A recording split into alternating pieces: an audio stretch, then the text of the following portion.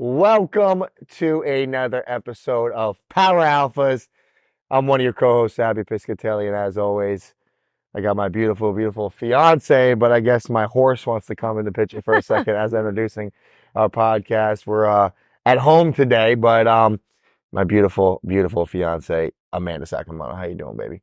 I'm doing great, and you left out Miss Penny Laners is here. Down and stay. Welcome to another episode, guys.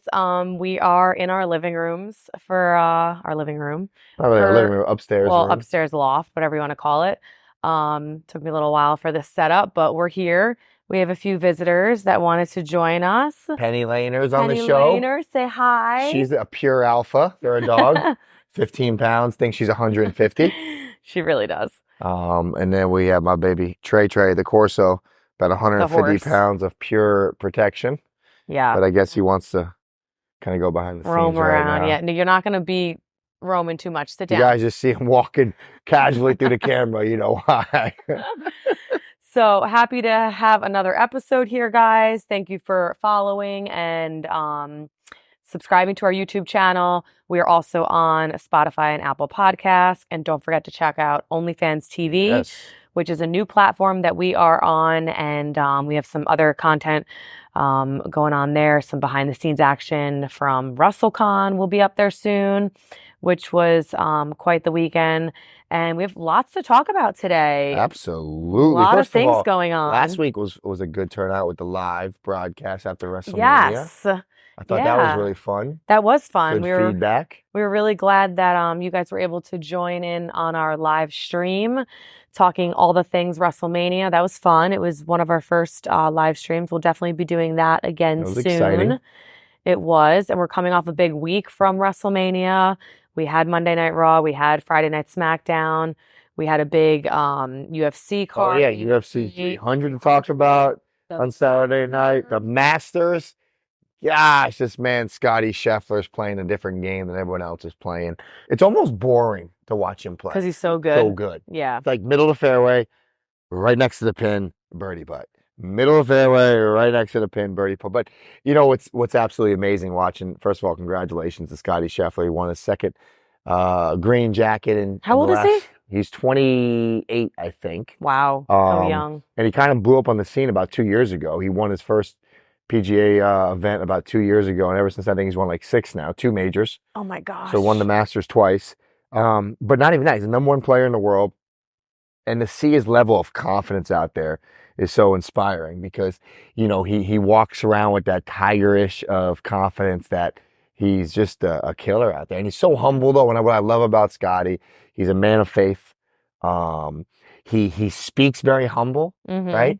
He's very religious. And I love that about him. He's so down to earth. Yeah. But don't let it fool you. When he steps between those ropes, he is a killer on that golf course. And I love that. It's amazing to watch. It was amazing to see this weekend.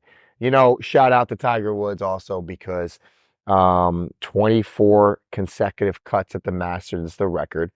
You know, it was almost like a tale of 2 weekends for Master. Thursday, Friday played really well. Was about even par. And then I think he was 1 over going into the weekend, made the cut, was in good position, and then just fell apart on the weekends. And I think that is just, in my opinion, as being a pro athlete, ex-pro athlete, former pro athlete, I think that's all about his endurance just kind of ran out. Yeah. He played really well for 2 days. And then Saturday, the conditions was really bad, or it was windy, really hard, and he just fell apart. It looked like he lost concentration on little things. He made little mistakes, but, you know, shout out to Tiger because it's so much more exciting to watch a tournament, especially the Masters. You know, I know. All the golf fans. If you only saw what was going on I had in this 7 house. TVs going. I don't understand. I kept asking. He had 3 TVs, his a laptop at one point, iPad, My phone. Your phone. I'm like, feature groups, isn't there one Masters? They don't understand the feature groups, guys. Hey, listen, any golf fan out there understands that just like WWE, WrestleMania is like their Super Bowl. Masters is one of 4 majors, but it's probably the most prestige major in my opinion. I think it's the most decorated. It might not be the strongest field, but it's definitely like golf's kind of Super Bowl. You know, I get that for sure. But yeah, I'm happy it's over, you know. Don't be happy. Kidding. I actually probably watched more TV, which is all golf, in this last 4 days than I watched in the last like 4 months. But I Yeah. really do. I love to watch greatness. I think it's a tremendous opportunity to watch Tiger Woods play. I think we'll tell our kids one day, they'll ask us what it was like to watch Tiger Woods play. I think you're watching one of the greatest athletes of all time, just period. Changed the game of golf forever. Greatest golfer, in my opinion. So any opportunity I get personally to watch Tiger Woods compete, I'm glued to the TV because it's, first of all, it's inspiring. And number two, it's just you're watching greatness. You never know if he's going to go glimpse back to his old self and just dominate. So with Tiger Woods, like, do you think there's a time where like he has to like, I mean, obviously the way his body feels is a big play in it, but it's like, is there a time where he like, no, listen, like I'm not going to be able to play for this at this Masters, or how does that work when it comes to golf? I think his plan is to play the 4 majors a year. Obviously, his body is the biggest test. He had back fusions, he has no mobility in his left ankle. But to me, what's inspiring is he didn't limp that much this weekend. He finished all 4 days.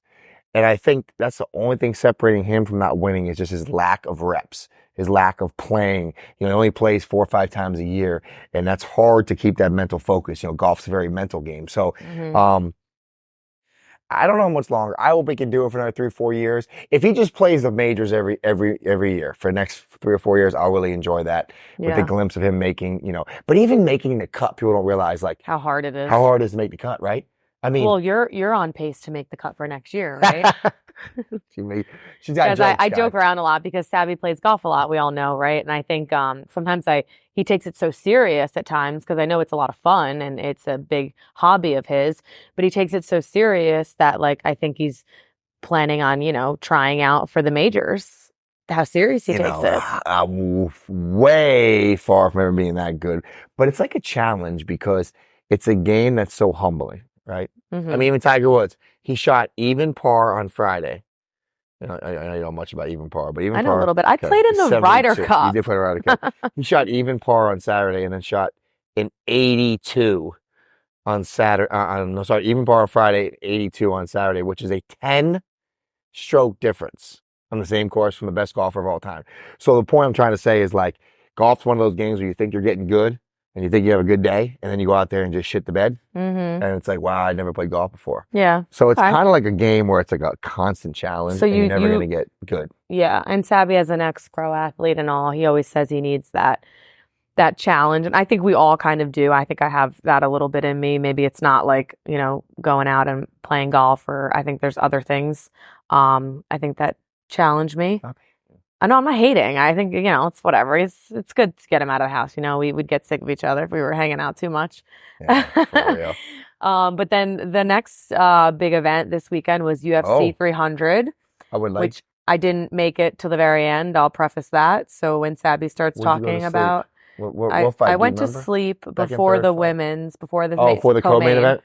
So actually before that match too, though, because I didn't see that. That was the crazy finish, right? Oh yeah. Well, so I didn't see that. I will say, shout out to UFC 300, probably putting on one of the most decorated cards of all time. It was crazy. Long. Well, the prelims started at like 6. Yeah. But every fight on that card, prelims to the main event of the pay-per-view, was a main event caliber fight. So I mean, this was UFC 300, obviously.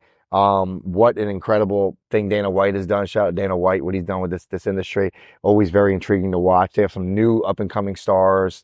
It was really fun to watch these new guys kind of make a name for themselves. But I got to give a shout out to Max Holloway, man. That man is a bad mofo. I mean, this guy dominated the 5-round fight. In the last 10 seconds, he pointed to the middle of the octagon and said, "Let's stand and bang."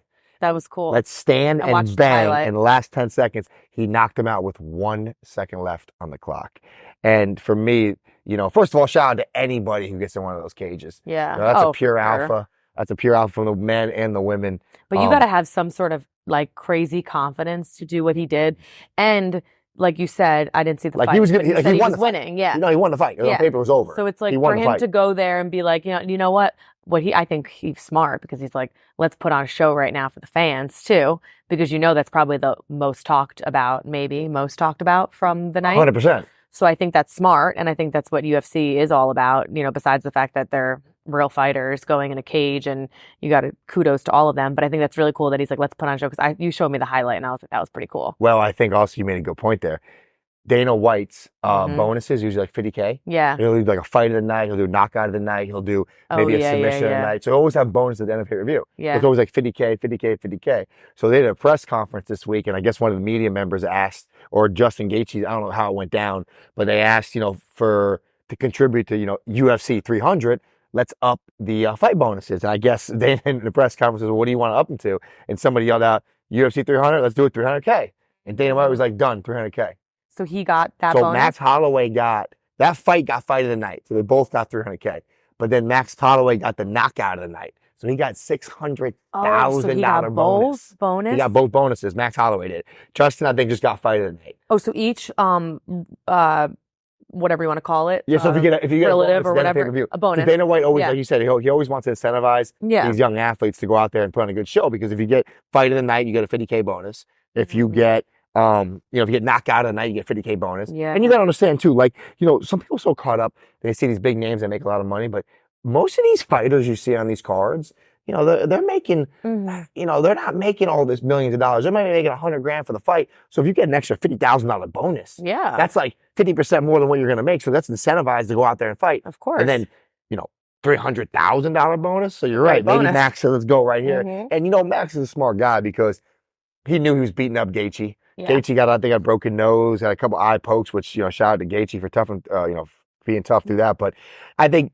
Max knew he was so tired that if he just clipped him with something, he was gone. He did. He clipped him. And, but what an event. What an event. And the main event was even more brutal. Really? Alex Pereira. Well, he is a dog. This dude, there's not many men that I take pride in this. There's not many men I've ever, I had the privilege to play a very physical contact sport.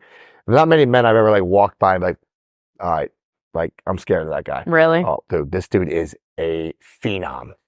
Phenom. And he won. He's the one that won. One hit. Wow. Gone, knocked out. And the guy he knocked out, I don't think he's ever been knocked out. He was bigger than him. It was just unreal. I mean, it was unreal. But yeah, good weekend. So shout out to UFC 300 for putting on a great 300 show. It was very long. It was past my bedtime. Me and Penny, we went to sleep, but you stayed up and watched it, and very exciting. I know we had a lot of emails and questions from our live event, so why don't we get to some of that? We have a lot of questions. If you guys don't already know, send your questions into poweralphaspodcast@gmail.com. We'd love to share those questions, answer them. Our first one right now is from Larry. Hi, Mandy and Sabby. What goal or dream do each of you have that you have not achieved yet but are determined to no matter what? I like that one. What goal or dream? It's maybe not nowhere, but maybe it's not in the next, weeks or months, but I'm excited to have children one day. Did you know I was excited? Well, because I'm trying to think of some other goals. I mean, there's always goals that we like to achieve, but I think one day I'm really excited to, I've always wanted to have kids, obviously. Always wanted to have 4, but I think I'm kind of want 2 now, God willing, God willing. But, times have changed. I grew up in a household with 3 older brothers, so I just loved the dynamic, and you grew up with a brother and a sister, and I just love more kids, and I grew up with such a big family and so many cousins, and I just love households, even when it was chaotic and we didn't grow up with a lot or a lot of money or anything. One time we all had our beds all next to each other, me and my brothers, which was crazy, and my parents when we were transitioning, when my dad was switching for work and whatnot. So I just love big households, but now, times are a little different. We're starting a little bit later, children, having children wise. So I feel 2 kids would be a blessing. 1 kid would be a blessing. So I'm really excited for that in the future and what the future holds for the both of us. That's a great answer. Yeah, I like it. Stumped now. No, you know what? Can't steal mine. No. Actually, to be honest with you, the first 3 things that popped up in my head just when I heard that question was if God willing, would love to be a great father. Yeah. That's the first thing I really thought about. And the second thing I really thought about, and I mean this, and I'm not saying this to get like brownie points or anything like that with you, but I'm the first to admit that I'm 40 now, and I was very, very selfish. I think in my young age, all I wanted to be was the best athlete I could be at that time. I wanted to be a pro baseball player first and a pro football player, and I've accomplished. And then I chased the wrestling dream. So it's kind of a selfish upbringing in the sense of I was always focused on my goals, which is fine, which I would never change it. But I think this part of my life I've transitioned to, I really want to be a really good husband. I really want to be a really good fiance. I really want to be a good boyfriend. And I mean that because, growing up, I think, is something for me. I always thought if I would go down this road of marriage and I would go down this road of creating a family, I was going to be fully, fully committed to it and fully ready to be loyal, to be committed, to be the best husband, be the best father. So I think that's the part of my life I'm looking into the tunnel of, okay, well, if I have the opportunity to have beautiful children or have children with you, I would love to be a great father. But I think at this moment, I really want to be a good boyfriend, a fiance, a good husband to you, because I think that's important to keep the relationship strong. And I think that's something that, at this point of our lives, right, it doesn't really matter. We both chased money, we've chased success, and I'll tell you something, that is emptiness, a lot of it, even if you grab it and have a lot of it, and you've seen it. But, being a good husband, I think, goes a lot longer and like a lot farther in life than chasing money or materialistic things. And then also, we talk about this all the time. I think a goal should always be being the best physical and mental shape you could be in at that age. And I think that's something that every single day I wake up, that's always on my mind. Yep. All right. So reverse that's a great aging. question, though. Yeah, we Sabby and I are both very much into anti-aging and doing whatever we can do to look our best and not, care about what age we are at. Absolutely. No matter what, what age it is. So I think that's awesome. And to piggyback on what you were saying, and people, it's good to chase like your goals and money and dreams and whatever it may be. But, like you said, like it gets lonely at the top. So I think sometimes people don't realize that, the more you could share it with someone, share your success with someone, or share your experiences with someone, the better. Because that's what life's all about. So I feel like, sometimes people, when they're in the middle of it, which you were at one point, like you're so focused on yourself and you got like tunnel vision, which is great. But then it's like, at the end of the day, it's like, well, if you could share it with someone though, and enjoy that as the time goes, like I think like that's what's better than that. So absolutely. Great question, Larry. Great question, Larry. Thank you for that one. More of those. Our next one is from Claire. Hi, Sabby and Mandy. I'm so glad I stumbled across your pod, as I am now a huge fan. I have a question. Each of you has had major successes in different facets of your life. One thing I struggle with is realizing major moments in my life. When great things happen, I simply disregard it, and I am on the hunt for the next big moment. I don't live in the moments because I'm always thinking what's next, as I don't want to lose sight of my goals. Do you ever struggle with that? How do you live in the moment and enjoy it? Any help would be appreciated. Claire. Ooh, what's her name? Claire. That's a good one. Claire. I think we've all. No, that's a great one, actually. No, it's great. Oh, Penny thinks so too. Okay, Penny, thank you. Claire, I think that's a really great question and a great statement, as much as I think we've all dealt with that in our lives. I think especially in WWE for me, you're always so focused on what's next, or how can I become better or become a champion or get more likes or get more comments on a post or more followers or whatever it may be. Whereas like you forget to live in the moment, or that very, very moment of achieving where you are at that moment. Right. And really sitting back and realizing how far you've come instead of focusing on what's next constantly. And I know we both struggled with that for a while. You can obviously talk about that as well. Great question by Claire, by the way. And I think, like I said, I don't think I ever thought deeply of it until I got out of it. And for me personally, I know my mom always used to say to me, Sab, live in the moment, appreciate the moment. So if I had to give some advice, have your goals, have your dreams, have your expectations, know what you have to do to achieve those dreams.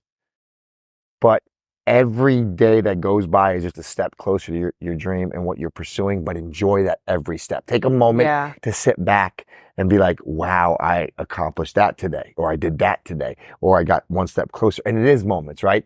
For me personally, I regret I was so tunnel vision of the NFL, and I became such a great college football player because I was at a great school with a great team and a great coaching staff, and I became a great football player.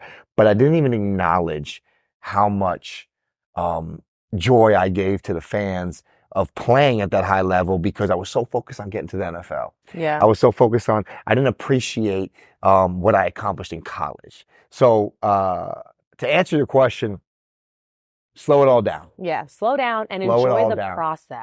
Exactly. The process is the best actually more, part. the process is actually more rewarding Yeah. than the end goal. You actually realize, and I don't know if you had this feeling, I had this feeling.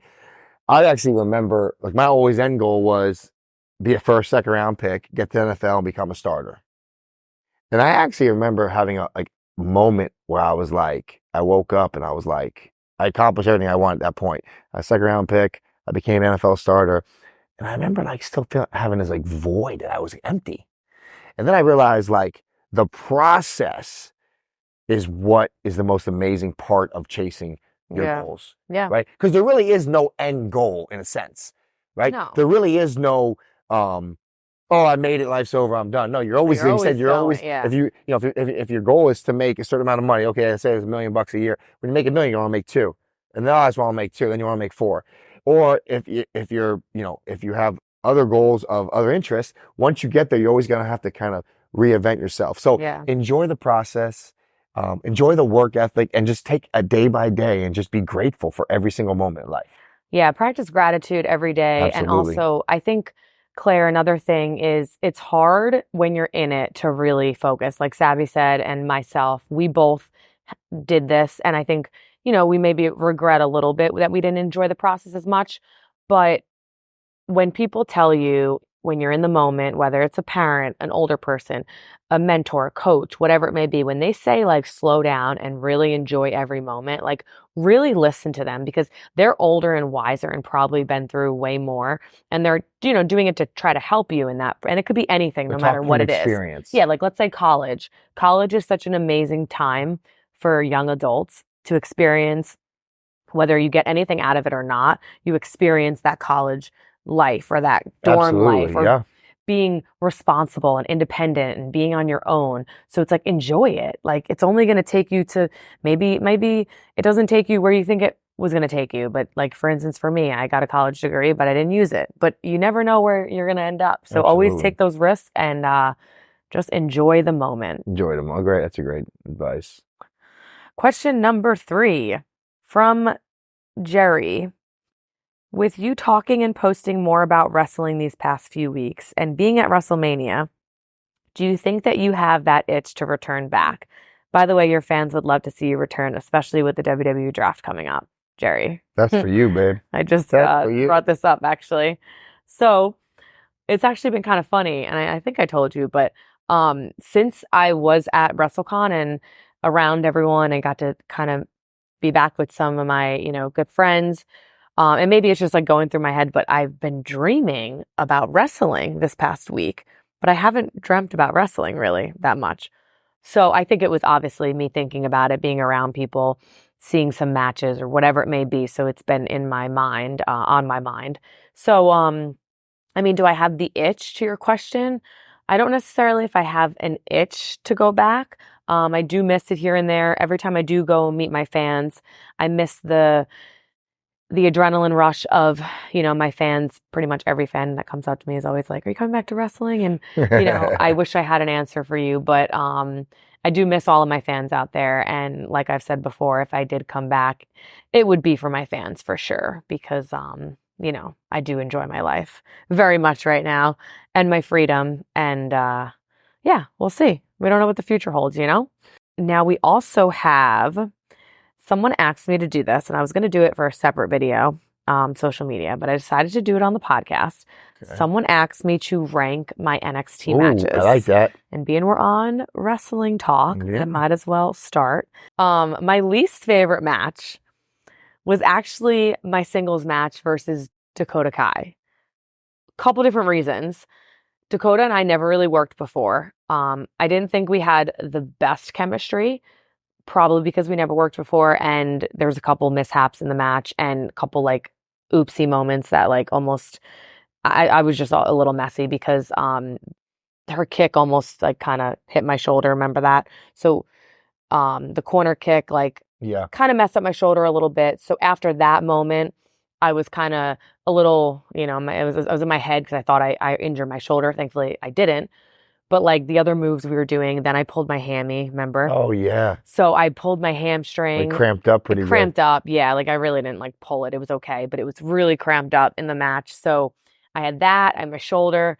I felt all discombobulated. I didn't feel my best. And I think she didn't really either at that moment. But so that would be my least favorite match, I would have to say, because it close injury call. Thankfully, it wasn't. And we did have some like great spots though. I actually loved some of the spots towards the end. But that would be my least favorite. Then before that would be, and to be honest, this was actually really hard because I actually had a lot of great matches in NXT. Yeah, you did. I loved working with a lot of these women because I developed a great friendship with a lot of them. I was able to train with them that day, or let's say that week. So we were able to get more reps in. But then my one before that would be my match with Wendy Chu, which I actually really did like this match. It was NXT in your house. Remember with like, we had like the bed stuff. Oh, yeah, you remember that? Yeah. The character, yeah, I remember that. Yeah. Like it was, Wendy's character at the time was, she was in her onesie. So I actually, onesie. the onesie. And I really like Wendy. I think it was funny because we were so opposite. Okay. So I think we made a good match for a wrestling match. She was, this more relatable young woman, and she wore onesies. Not that that's relatable, wearing onesies, but like, I feel like it is kind of relatable. a little more relatable. a little more relatable than me, I guess. Yeah. But it was really funny. She was really kind of silly, and she would like do stupid things to me and like spit balls at me like during our little conference before our match, and like just stupid things that used to get under my skin, but people thought it was funny. There's Trayson. Oh, he can't get around. Go the other way. So, but I think that match was actually, it wasn't like bad at all. I actually had a lot of fun in that match. I loved when I gave my spine buster to her on the ramp. Do you remember that? I do not. Okay, well, that was a good one. So I wouldn't say it's like, it was a bad match at all, but like I said, I have to rank these. That's your second least. So it's my second least favorite. You got 1 through 7 here? 1 through 7 here, yeah. So that's number 6. Okay. Number 6, yeah. I didn't do five? all of them. Number 5 is the three-way match. Myself versus Cora Jade versus Raquel. At New York's, I remember that. I can't talk. NXT New Year's Evil. Today? At NXT New Year's Evil, the three-way match. It was another great match. Nothing wrong with that match. I had a lot of fun during that. I loved working the both of them. But I would say I think I've had some better ones. And three-way matches are, triple threats are really hard to plan. A lot of moving parts. And I think that was probably why it was maybe one of my least favorite, just because there was just a lot going on and timing, and there was a lot of things that you had to really like perfect. So I did love that finish though. Okay. Finish was cool. That was number 5. Hated taking Raquel Gonzalez's finish though. Whew. I can't say it. They actually used to laugh because I used to pronounce it wrong. I used to call it Chinkonga, but it's What's it called? It's Chinkonga. I call it Chinkonga. Chinkonga. It's definitely not called that. Interesting. It's more of a Spanish term, but I can't pronounce it. But remember, she picks you up like this, and you're under like you're. Oh yeah, yeah. It's just a very, very high bump. You have to jump up high. Yep. And she's tall, so like, ugh. No good. Yeah, no good. Okay, number 4 was my match with Kaylee Ray, and this was tough because I actually I should call her Alba Fry. Alba Fire. Fire. I do that all the time. I call her Fry. It was a running joke. French fry. Her last name's Fire though. Name change there. So Alba Fire. I actually loved working with Alba Fire. We had really great chemistry, a lot of great matches. She's an incredible worker. She's worked she's been a wrestler for a long time, very experienced. Had really great matches with her. I actually really did like that match. We had a few different matches. We just she was really good to work with, very giving, very selfless, and also just really took everything amazing. She just was a really good seller. She was Important. yeah. So she was really fun to work with. And that was NXT 2.0. That was kind of, the start of Mandy 2.0. Mandy. Number 3. Top 3. We got a top 3 now. Top 3. Now this was tough This is exciting. because I had a lot of exciting matches. Like I said, number 3, Roxanne Perez, the current women's champion right now. Another woman that I had really great matches with, a good friend of mine. She took the title from me as well. She broke my streak. I just think this young woman, she's very young. I just think she has such a bright career, bright future. She's so passionate. She's a champion again right now? Yeah, she just won the title at she won it back? at Stand and Deliver. Oh, yeah. Nice. Yep, she won it back. Good for her. She's so passionate about the business. She always reminded me of a young little AJ Lee. And I just think she is such a sweet person, really genuine, really good. For her age, I was always very shocked of how crisp and amazing her work was in the ring. I love her heel work right now, currently. She just won the championship at Stand and Deliver. She always puts on amazing matches. So easy to work with, just an overall amazing person. I had really great matches with her. When she was a good guy, for instance, we had a really good dynamic and storyline going for a while because she is your ultimate girl next door, I feel like. Yeah. And I'm not. So good matchup. Yeah, we just good dynamic. Good dynamic, really good matchup. She was a really good baby face at the time, and I was kind of I guess one of those cool heels, I would say, in my NXT career. Not in my WWE main roster career. I was definitely more of a heel. I would say I was more of a cool guy heel. Fair enough. Right? In NXT? Yeah, Would you guys agree? Because I agree. I felt what we did with Toxic Attraction, I would say we kind of were that cool group. Yep. So that was another amazing match. And then number 2 was when you would think this would be number 1. But I'll tell you why. I'm excited to hear number 1, guys. You guys excited? Number 1's probably obvious. I'm excited. Actually, no. So number 2 is my singles match when I won the title. That was number 2? That was number 2 against Raquel Gonzalez. Hold on. Your singles match when you won the title was I know, that's what I mean. You would think that'd be number 1. Okay, it's number 2. But I'll explain. Okay. So number 2 was my singles match against Raquel. Okay. When I won the title at Halloween Havoc. And this was tough because obviously it could be number 1, but I'll explain further as I get there. Great match. I think this was the moment where I started to really gain more respect from not just the fans, but, producers, other talent. I showed some, I pulled out some new tricks, some new moves.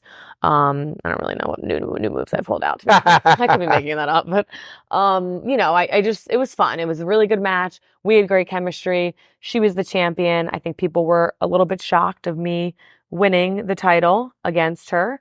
But it was kind of the start of Toxic Attraction. So it was pretty exciting, and we did some cool stuff. I loved when I hit my knee on her when she was on the office chair. I remember that. That was pretty cool. Yeah, such a good knee. Such a good knee. Such a good. R.I.P. bicycle knee. No, a lot of people do it. Okay, now number 1. Number 1. Drum roll, please. Guess. Do I want to guess?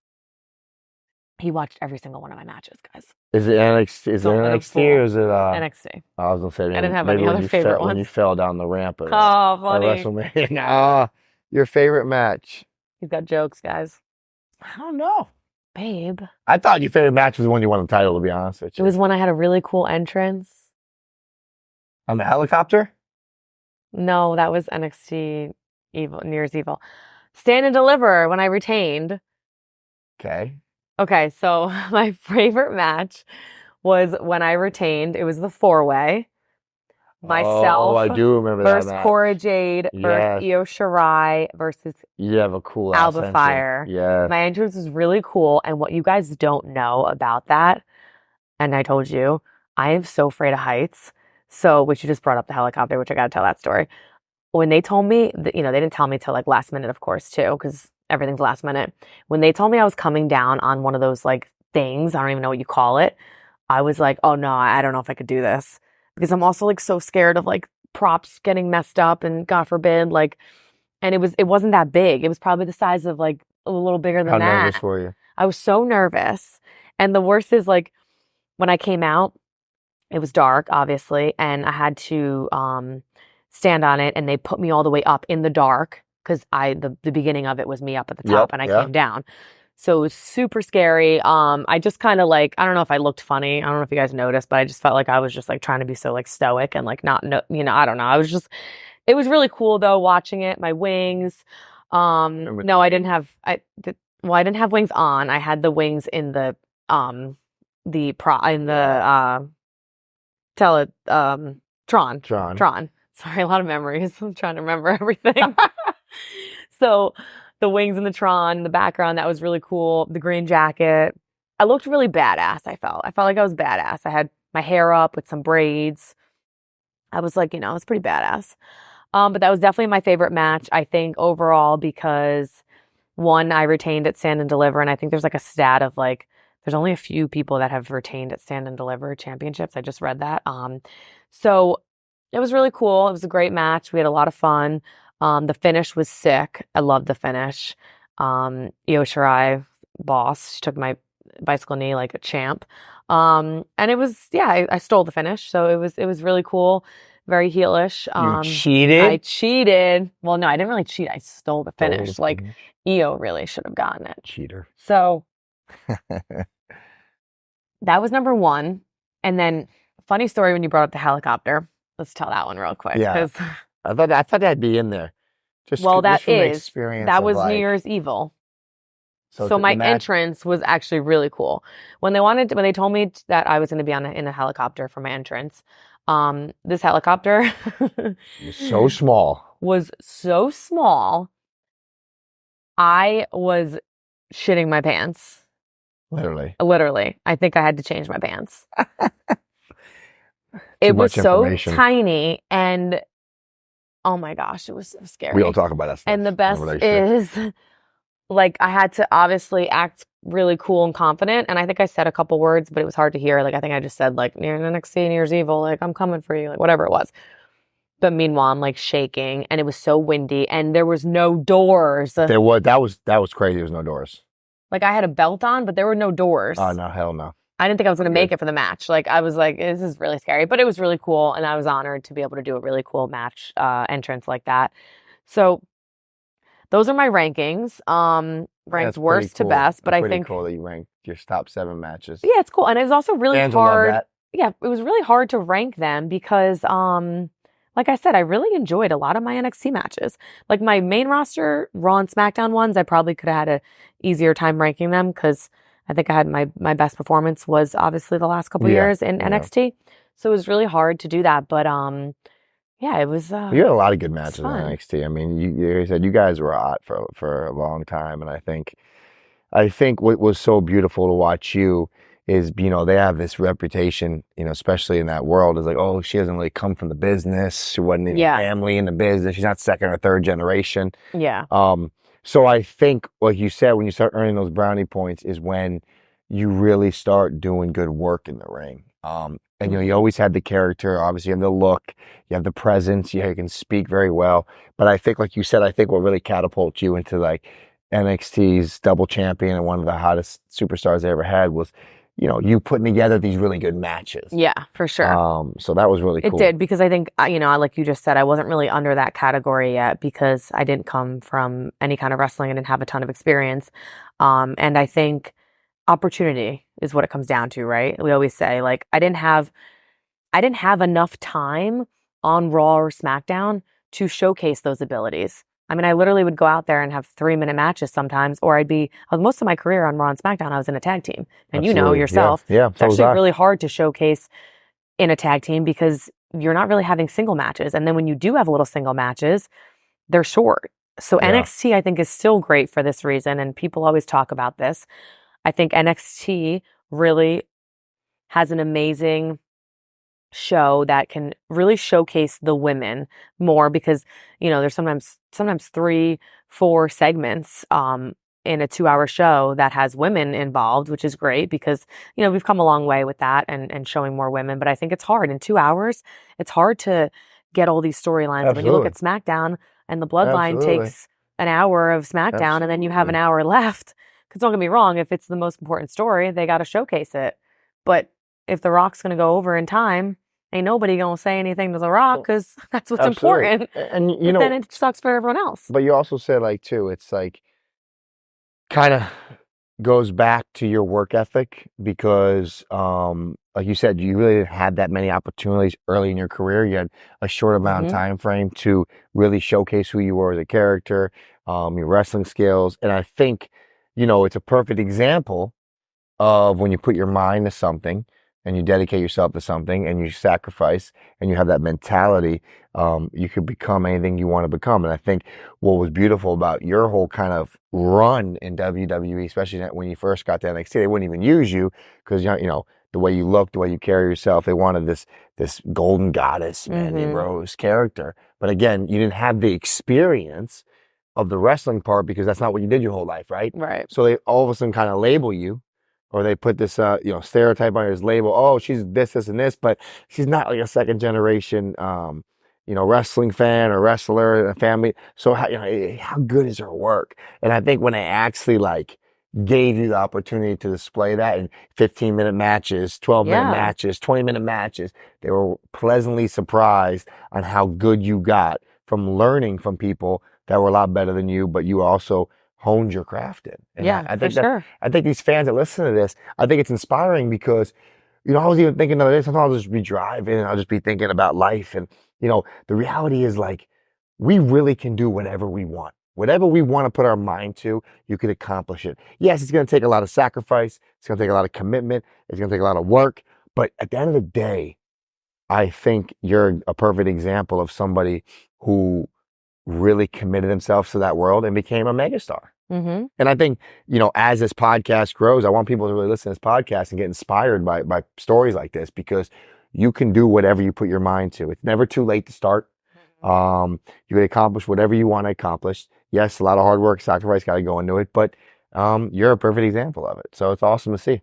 No, thank you. And I think to piggyback off that is like, and don't get discouraged when like there's too many cooks in the kitchen when you can relate to this when it comes to what they think they want to get out of you, whether it's wrestling or whether it's any sport or a job, whatever it may be in life. It's like when there's too many people giving you their opinions of how they want you to be or how they expect you to be, you need to worry about yourself and how you want to be or how you want to be portrayed because you're the only one that can control your narrative, right?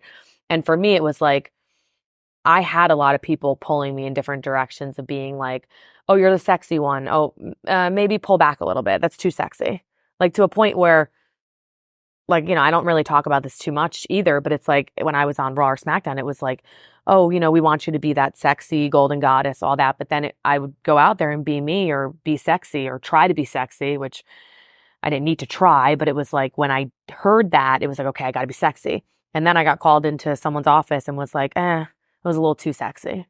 Yeah, it's like, what do you and do? then what do you do? So, and that was a lot about NXT. You dealt with that a lot. And it's like, I think the moment I realized that it doesn't matter what these people say really at all, because you're here for a reason. You got here for a reason from your hard work, from your dedication, your sacrifice. And if you want to do this and you put everything in your mind and all the hard work, it's going to pay off eventually. But you got to do what's most natural for you, especially in that sports entertainment business, because the most authentic self of you is going to obviously showcase and is going to be where, you're the most successful and you make the most money, and these fans are going to be either loving you or hating you because that's all what it's all about. So I think when I was in NXT, that was the moment where my confidence was up. Confidence is a huge part of it. And I was just very happy with who I was. And I think Mandy Rose, like that sexy character is me, but also with that edge to it. And also with like the little bit of like, not tomboyishness, but like a little bit of edge where I wasn't like so, beach blonde hair and so obsessed with my look so much, but I had a little bit of edge, which is like kind of where I feel like was more me, like, the way I was raised Yeah. and like wasn't just all about my looks, because I think that's something that I battled with for a very long time in my life, no matter what it was. So it was a great run, and I think it taught me a lot in And regards you've to life. listen, I've complimented you before, off camera, on camera, but you played your cards very, very well in your career. I thought you were very humble. You did whatever they asked. And at the end of the day, they saw your true colors. They saw you were a mega star, and you're a very humble, but confident individual. So Thank you. good for you. But I'm glad this podcast we were able to do it in our beautiful home. Yes, our dogs probably behaved. do more here and there, but I really enjoyed it. I'm excited to have our guests come on. We have some good guests lined up. Yeah. Our drinks coming out soon. We'll see that on our podcast more and more. For sure. We got a lot of exciting things in the works. A lot of exciting things coming. Make sure you guys like and subscribe on our YouTube channel. Also follow on Spotify and Apple Podcast. OnlyFans TV is a whole new platform that we are on. And keep following us on social media, where we update you all, and every episode drops on Mondays. So thank you guys for joining. Oh, and I also want to give a shout out to my brother, because it's his birthday today. Happy birthday Richie, to my brother in heaven. And he's right here with me all the time. So I want to, right? He would have been 42 today, Monday, April 15th, tax day. So make sure you guys go and pay those taxes too. Ugh, the worst. But happy birthday to Richie, my brother in heaven. I want to give a little shout out to him. And Miss Penny Laners thanks you guys for listening too. She gives her belly right now. Thank you guys for listening, and we'll see you next time.